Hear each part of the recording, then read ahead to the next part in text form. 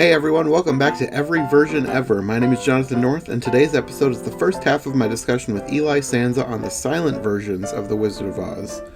The Wizard of Oz has been adapted so many times since it was written, and in this first episode we're talking about the 1910 short film, which is the earliest surviving adaptation of the story. But we're also going to talk a bit about some of the other early adaptations, because some of those versions would go on to influence later films, and maybe even later books by Baum himself. Then the next time we'll be talking about the 1925 film, which is the first full-length adaptation of the story. This was always going to be one episode, but we ended up talking so long that I figured it'd make a good two-parter. Anyway, that's all for now. Let's get on with my discussion of the early years of Oz adaptations, particularly the 1910 version with Eli Sanza.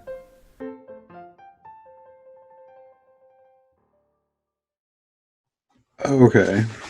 Well, before we start talking about the two silent films, I wanted to talk a bit about some of the Wizard of Oz media that happened before this, because it's kind of semi-important. There was a play in 1902, which I think is only a couple years after the book was released. So, as soon as this book came out, people were already starting to adapt it into things. And this play was actually by L. Frank Baum himself. So he was heavily involved in a lot of the early productions. And parts of the play were sort of mixed into parts of the early films. And different things maybe came from the play that influenced things in the future. So there was a few notable changes. They eliminated the Wicked Witch of the West, which, even though the 1910 one is supposed to be sort of based on this play, there's a witch in it, so that part was not followed from the play. But Toto was replaced by a cow named Imogene, and that cow shows up in the 1910 version. And the scene in the poppy field, where in the book they're taken from the poppy field by field mice. The queen of the field mice tells all of the other field mice to drag them out. They build her a little sled and they drag them out of the field. But since they couldn't do that for the play, they had Glenda come in and wake them up with snow. And that ended up being something that they kept for the 1939 version. Yes. Yes, the people who made the 1939 version were thinking about the musical from 1902 when they were making it, so it was fresh in their minds. Mm-hmm. There's another thing that I wish I could find my copy of The Wizard of Oz just to see if this is true or not. But I read that the play is where her last name originated from, because the thing that I read said that she was not named Dorothy Gale in the original book. She was just Dorothy, and that the name Gale came from this play and then was incorporated into the future sequels. And yeah. I don't remember that, but it's been a long time since I've read the book. Yeah. I remember learning that Dorothy didn't have a name in the book. I remember learning that. I don't recall when she was named Dorothy Gale, but that might have originated in the play. It might have been, because I don't remember for sure, and I don't have a copy of the book right on hand. It's probably, my copy's probably in a box somewhere. I don't know where it is right now, so I can't check. But it would be interesting to know if it really did come from this play. But the play was being made by Baum himself, so it's still canon, of course. Yeah, of course. Yeah, exactly. And then the next thing was from 1908, and it was called the Fairy Log and Radio Plays. And this, I can't find anything. Well, I mean, I've got descriptions of it, and it sounds like it was some sort of strange multimedia stage experience rather than a film. Film was incorporated, but it sounds like there were live actors and slides and film, and Baum himself would appear during the show like he was giving a lecture, and he would interact with all the characters on stage and on screen. So it sounds like some sort of thing where he's, I don't know, ahead of his time in coming up with some sort of multimedia presentation stage production thing, because that seems kind of unheard of for 1908. That's interesting. You're saying it was performed on a stage, but it was radio. It was radio, you say? That's what it's called. I don't really know why it has the title that it has. The thing that I read said the fairy log was supposed to be a play on the word travel log, and I don't know what the radio plays was supposed to be referring to. Because it's not radio, it was just this weird conglomeration of all sorts of media turned into a Right. big stage show. I see. Yeah. Okay. I see what you're saying. Yeah. I don't know the definition of radio play, so that's what confused me. Okay. Well, whatever this show was, this is, I think, what people most count as the earliest filmed version because film was part of this, but because it was so much more than that, there's not really any surviving record of it. And the film that they used in the show itself has deteriorated to the point where it's not watchable. And Yeah. Right. Right. this whole show never did not last long at all. Apparently, it had massive budget problems, and it cost more to produce than even the sold out shows could bring in because of all the stuff that they had to do to put this thing together. Okay. So you said that came out in 1908. Yeah. Yeah, okay. I heard about the one we just talked about, the 1902 musical that lasted, I think, that lasted like 2 years, Mm, and that play, which I know was famous at the time, it was really popular because it lasted all the way till 1904. But other than the books and the movies, I am unaware of any other adaptations that took place at least before the 1910 short. hmm Well, as far as I know, those are the two big things: the play and then this fairy log and radio plays thing that was kind of a movie but kind of a stage show. It was just the weirdest conglomeration of things that I don't think had ever been done before. You know, I might not have heard of this because the way you're describing it, it doesn't sound like it's an easy thing to to talk about. Uh-huh. Yeah, I feel like I would need to see this thing happening to fully understand what it was, because just reading it is kind of confusing. I'm Yeah. I'm not 100% sure of everything. I just know that L. Frank Baum was there and he interacted with live actors and there was film and slides and just a whole bunch of stuff. Right. I need to look into that. And because it wasn't like the whole thing wasn't filmed, there's no way for anyone to see what it actually looked like. The older things are, the harder it is to come by them because stuff deteriorates. That's how it goes. hmm And this fairy log and radio plays thing was filmed by, or the filmed parts of it were by the Selig Polyscope Company, and then they went on to do the 1910 version. And Yeah. the 1910 version was without Baum's direct input. And I think that was partly because of the failure of the fairy log and radio plays. So Uh, I think they were basically trying to recoup their losses on that with the 1910 version. I heard that the 1910 version was heavily inspired by the 1902 musical. That's what I've read. It sounds like some things came from that, but it's kind of a conglomeration again. Like they took inspiration from that and the book and maybe some of his other books too, because I noticed some things that I recognized from other books, but with their own spin on it. Right. Well, Toto, the dog, is in this, and he wasn't in the play. Yeah. So I guess we could just get into the 1910 one. It is strange. Yeah. Yeah. It starts with Dorothy and apparently this cow, Imogene. They're being chased by a mule, and the mule is a person in a suit, like kicking farm hands. I didn't really know what exactly was going on and why they chose to open the film this way. It was so random. And then another weird thing is the Scarecrow is in Kansas. He is not from Oz. Yes.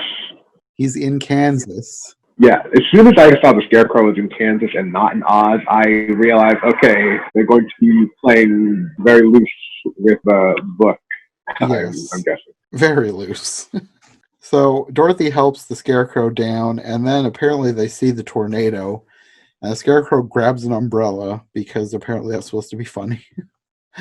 And Yeah, he's shoving everybody into the haystack. And then I guess he grabs Toto because it looks like he's holding a little dog that I don't remember seeing before, but I suppose he could have been there and the film is just so grainy and poorly preserved that maybe I just didn't see the dog. yeah, But I did not notice Toto before the Scarecrow picked him up to get into the haystack. yeah. It was hard for me to follow too. Yeah, there's a lot in this. It's really hard to follow. Yeah, So the tornado hits and the haystack starts spinning around like a bumper car. And then it lands in Oz. And there's palm trees in Oz for some reason. That was so random. yeah. And then you have this title card that says Mamba the Witch asserts her power over the Wizard of Oz. And that is completely different. You're right.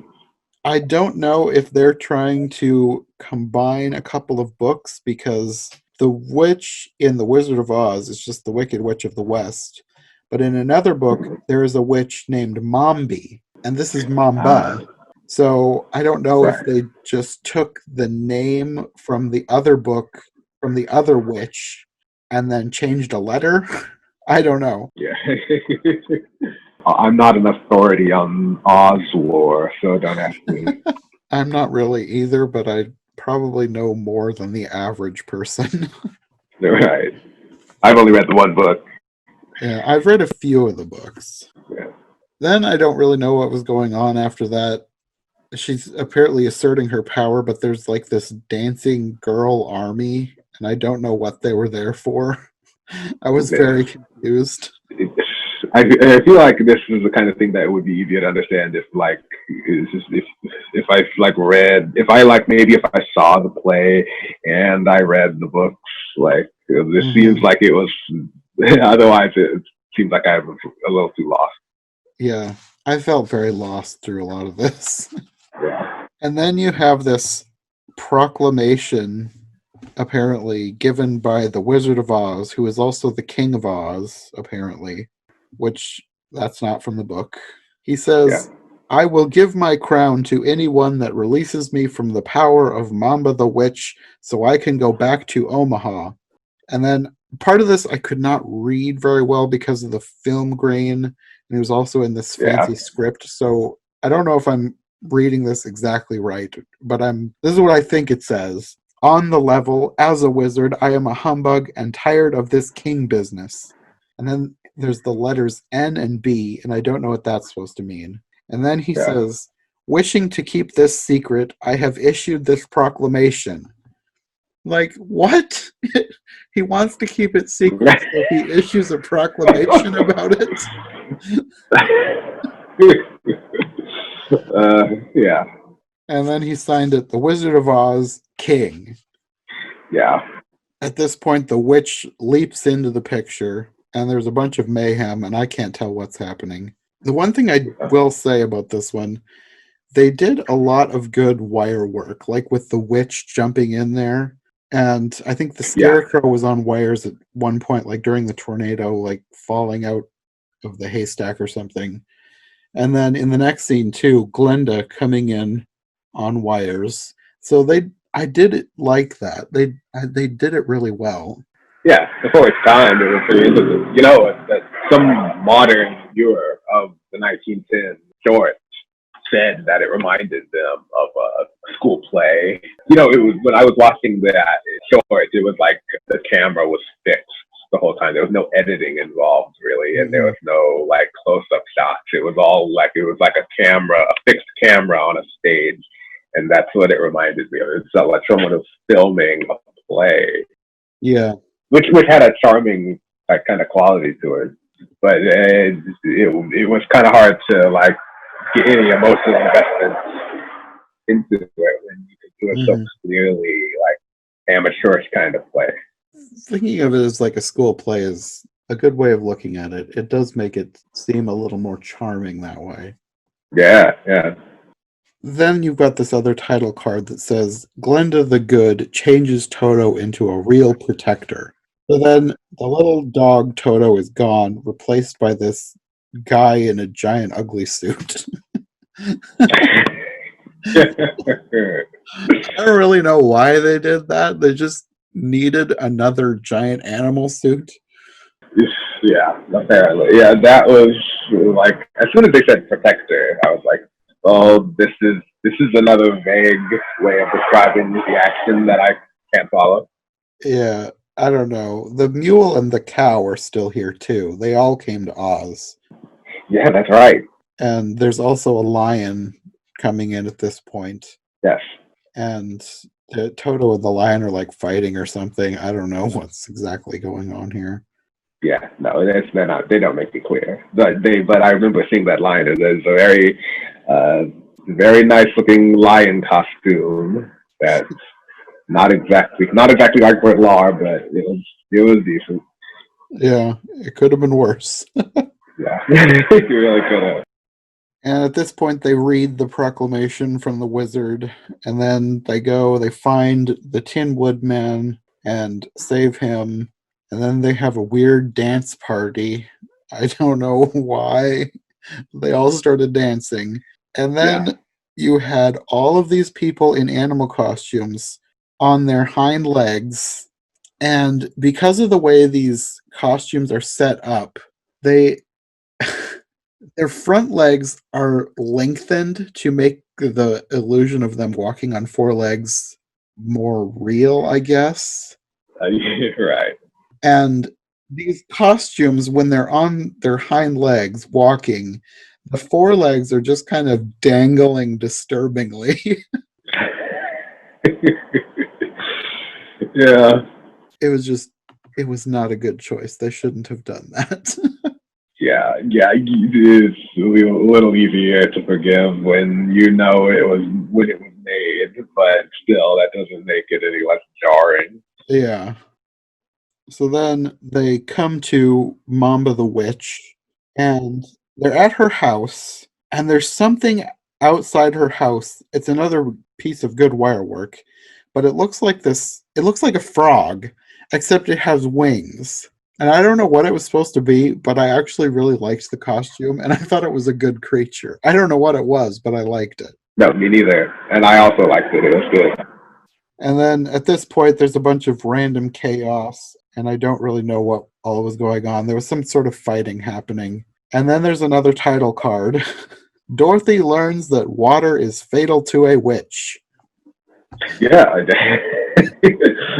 yeah. As soon as I saw that, I was like, "Oh, here's a plot point I recognize." So instead of Dorothy not realizing that water is harmful to a witch and accidentally killing her, they have her committing premeditated murder. Yeah, that was the thing. That was the thing about that. That was funny.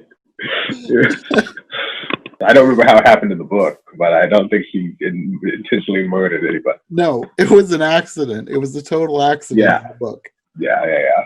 But Right. not That's here. what I thought. Yeah. Douses the witch, and the witch fades away. Yeah. Well, this is what I was talking about. They're being very loose.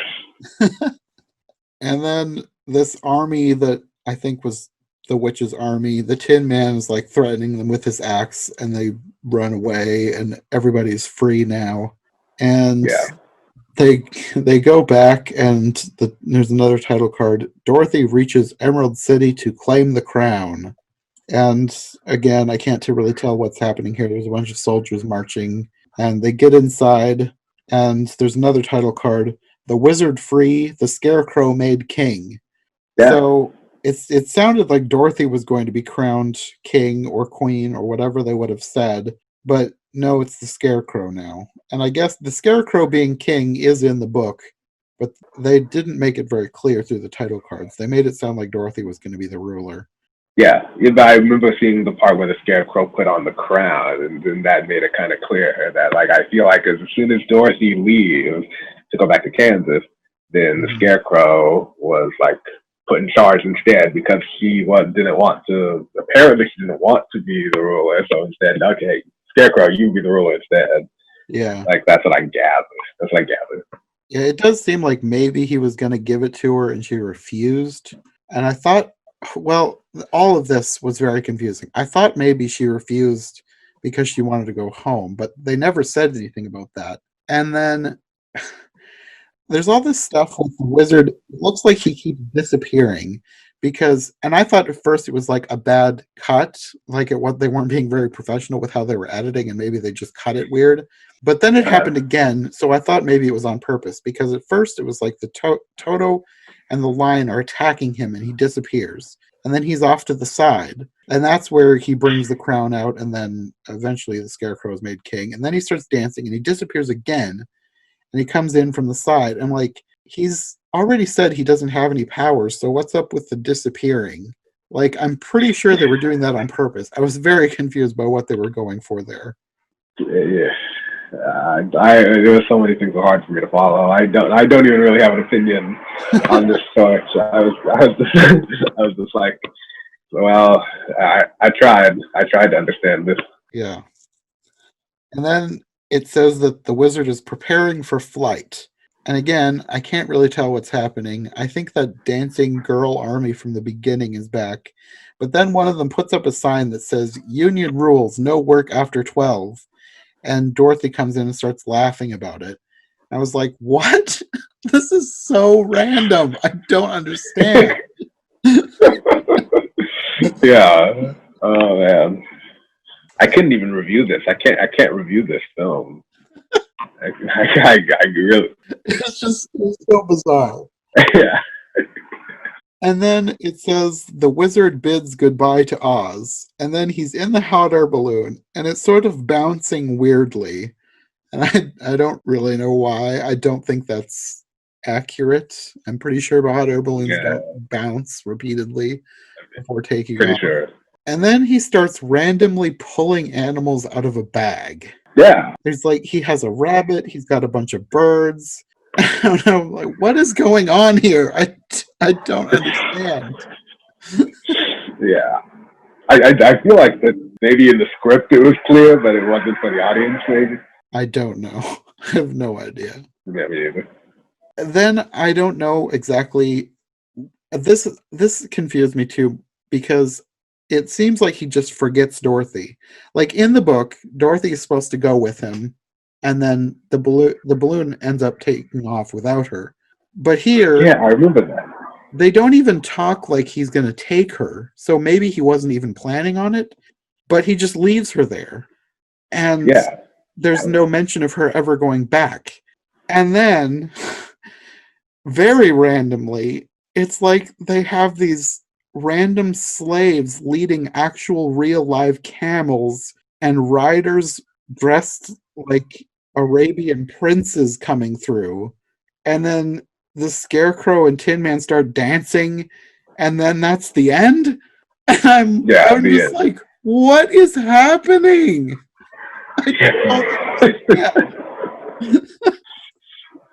Yeah, to be fair, this is the kind of thing that usually happens a lot when I watch old silent film shorts. It's like sometimes it's like impossible for me to even tell what's happening. So this isn't just an Oz thing. This is like a all film thing.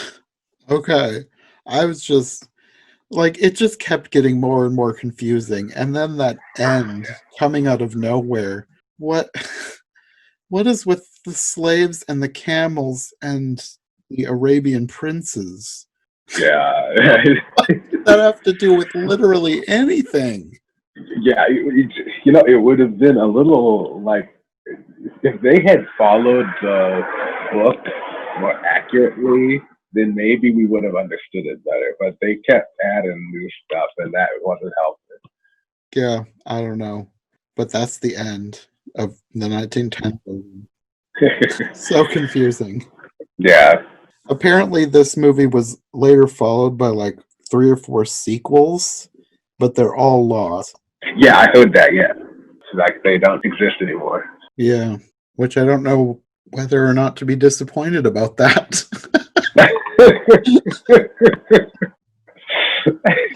Well, I'd give him a chance. Maybe my hopes wouldn't be high, but I would watch him.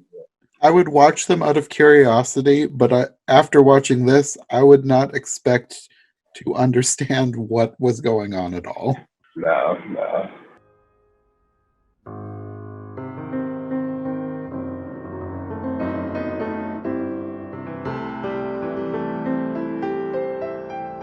Thanks to Eli for joining me for this episode of Every Version Ever. If you want more from him, I'll have his links in the description below. Now, before we end this episode, I wanted to talk a bit about something we kind of glossed over in our main discussion, which is the 3 lost sequels to this film. I'll admit I hadn't done much research into them, which is why I hadn't felt the need to cover them at length, but I kind of fell down a Wikipedia rabbit hole today, as I frequently do, and I found some info that I thought would be interesting to include. So, the first of the sequels was called Dorothy and the Scarecrow in Oz. I don't think it was based on one of the books. Not that this movie was, but it was described in a magazine at the time. I'll just read this whole thing. So, Dorothy and the Scarecrow are now in the Emerald City. They have become friends with the wizard, and together with the woodman, the cowardly lion, and several new creations, equally delightful, they journey through Oz. And then there's the earthquake, and into the glass city. So I don't know what that was supposed to mean. Maybe there's an earthquake in the movie. The Scarecrow is elated to think that he's going to get his brains at last and be like the other men are. The Tin Woodman is bent on getting a heart, and the Cowardly Lion pleads with the Great Oz for courage. So apparently they're trying to finish the story they should have finished in the main movie. All of these are granted by His Highness. Dorothy picks the princess, the dangerous Mangaboos, into the black pit and out again. We then see Jim the cab horse and myriads of pleasant surprises that hold and fascinate. So, I don't know what they were going for with a lot of that. They weren't writing the way we would write today. I think that they thought people would understand what they were talking about. That seemed like they were combining sentences that didn't go together. I don't think that the dangerous Mangaboos were the princess that Dorothy picked. But whatever, I have no idea what any of that means. That's just what it said. So the next sequel is called The Land of Oz. And again, I'm not sure that this is based on one of the books. There is a book called The Marvelous Land of Oz, but it does not sound like this, because I've read that one. The Emerald City in all its splendor, with all the familiar characters so dear to the hearts of children. Dorothy, the Scarecrow, the Woodman, the Cowardly Lion, and the Wizard, continuing on their triumphal entry into the Mystic City, adding new characters, new situations, and scintillating comedy. Dorothy, who has so won her way into the good graces of lovers of fairy folk, find new encounters in the rebellion army of General Ginger, Jinger, that's a character from the books, showing myriads of lithe soldiers in glittering apparel, forming one surprise after the other, until the whole resolves itself into a spectacle worthy of the best artist in picturedom.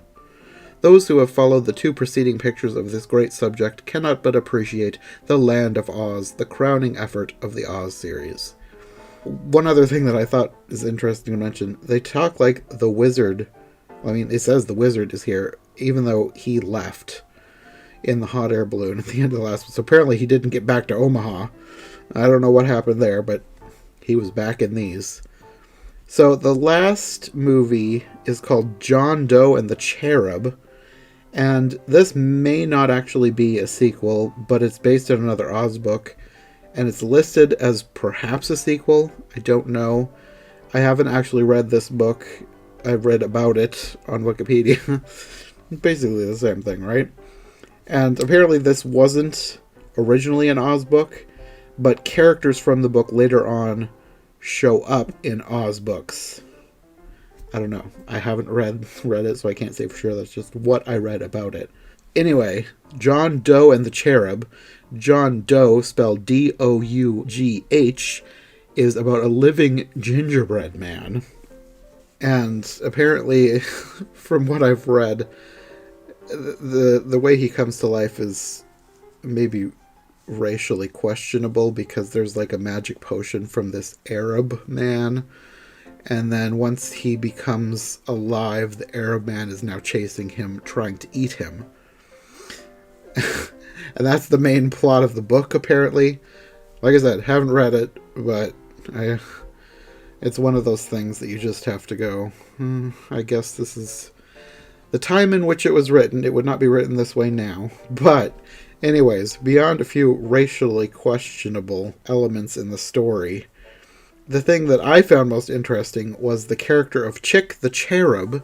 The full title is John Doe and the Cherub, so it's about a living gingerbread man and a cherub. This character was never given a gender, and it seems like Baum went out of his way to avoid giving the character a gender, and apparently even used it as its pronouns, which that would not happen today. But I thought that was interesting because he's done other things with gender in some of his books. It's like, I think we talk about it in the next podcast. I think it's in The Marvelous Land of Oz, the one I've read.